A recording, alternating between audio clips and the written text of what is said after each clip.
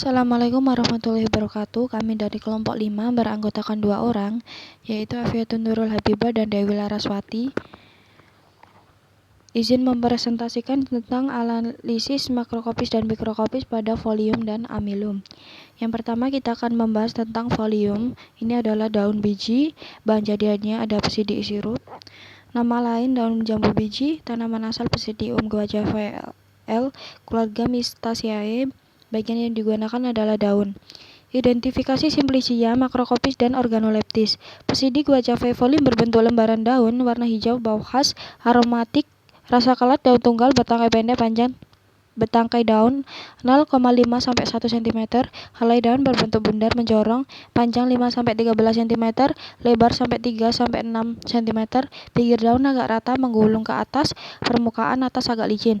Warna hijau kecoklatan, ibu tulang daun dan tulang cabang menonjol pada permukaan bawah, bertulang menyirip, serbuk berwarna hijau. Ini adalah gambaran hasil pengamatan dan pembahasan makrokopis. Hasil dari Psidium guajavae folium serbuk berwarna hijau tua, berbau khas aromatik, dan rasanya kelat. Selanjutnya adalah gambaran mikrokopis, pengamatan fragmen dan histokimia. Psidium guajavae folium terdapat rambut penutup yang terlepas, hablur kalsium oksalat, mesofil dengan kelenjar lisigen, stomata tipe anomosotik, dan epidermis dan bawah.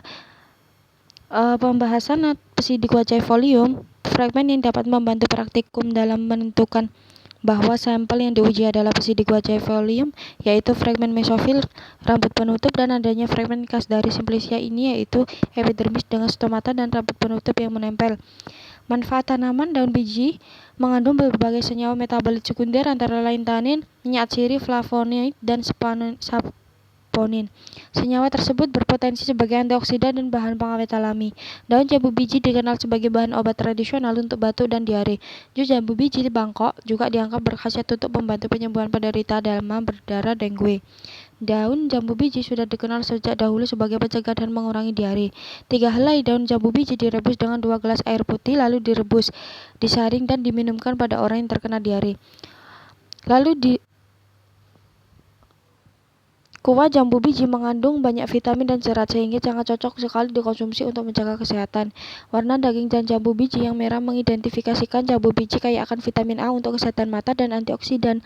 Buah jambu biji sangat cocok sekali dikonsumsi dan di siang hari karena buahnya yang segar dan mendinginkan badan. Kandungan nutrisi yang terdapat pada jambu yang bermanfaat untuk tubuh adalah asam ascorbat atau vitamin C. Di dalam jambu biji terdapat 126 mg vitamin C, lebih dari 90 mg asam ascorbat diperlukan untuk orang setiap harinya, atau untuk perempuan sekitar 75 mg. Menurut Linus Pauling Institute, vitamin C membantu bagian menjaga bagian setiap jaringan tubuh. Vitamin C sendiri berperan menumbuhkan kolagen, protein yang mendukung sel dan jaringan tubuh Anda tetap utuh. Dan tanpa vitamin C, tumbuh dan bisa mengalami pecah, pembuluh darah, robeknya kulit dan gigi. Berikut adalah sumber referensi dari analisis folium. Berikutnya ada analisis makrokopis dan mikrokopis pada amilum atau Xanthorrhiza. Bahan jadinya adalah Curcuma fors. Ini adalah rimpang temulawak.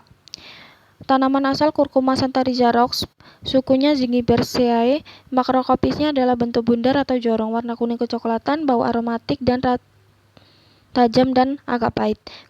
Keping tipis, bentuk bundar atau jorong, ringan, keras, rapuh, garis tengah hingga 6 cm, tebal 2-5 mm, permukaan luar berkerut, warna coklat kuning hingga rata, sering dengan tonjolan melingkar pada batas antara silinder pusat dengan konteks sempit, tebal 3-4 mm, bekas patat, berdebu, warna kuning jingga hingga coklat jingga terang.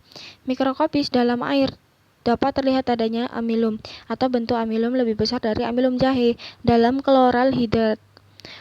Paparat berwarna kuning terlihat sel parenkim dan kelenjar sekresi berwarna jingga kecoklatan. Selain itu juga terdapat jaringan gabus atau bentuk polignal, trakea dan serabut selen krim dan rambut penutup 55 fragmen pengenal. Fragmen pengenal adalah paparan warna kuning, butir amilum atau berbentuk bulat kasar, jaringan fragmen bekas pengangkut atau trakea, parenkim kontraks, serabut seklenkim, dan jaringan gabus bentuk polignal, trakea dan serabut skim, dan rabut penutup. Fungsi Simplicia curcuma rhizoma atau yang dikenal Indonesia sebagai temulawak merupakan salah satu tanaman khas Indonesia dengan beragam manfaat yang digunakan sebagai bahan dasar dalam obat herba atau gangguan kesehatan dan produk kecantikan. Bagian dari tumbuhan ini adalah akar, batang, dan tumbuhan di dalam tanah. Anda bisa memanfaatkan tanaman ini dengan mengolahnya menjadi jamu atau juga bisa mengkonsumsinya dalam bentuk suplemen. Sudah banyak beredar suplemen dari ekstrak curcuma rhizoma yang digunakan untuk meningkatkan nafsu makan dan menjaga kesehatan fungsi hati. Fragmen pengenal adalah preparat berwarna kuning, butir amilum atau berbentuk bulat besar, jaringan fragmen bekas pengangkut atau trakea, parenkrim, kontraks, rabut, sengline krim, dan jaringan gabus. Berikut adalah gambar-gambarannya. Selanjutnya ada referensi dari makrokopis dan mikrokopis dari amilum. Sekian yang dapat kami sampaikan. Kami mohon maaf jika ada salah kata. Wassalamualaikum warahmatullahi wabarakatuh.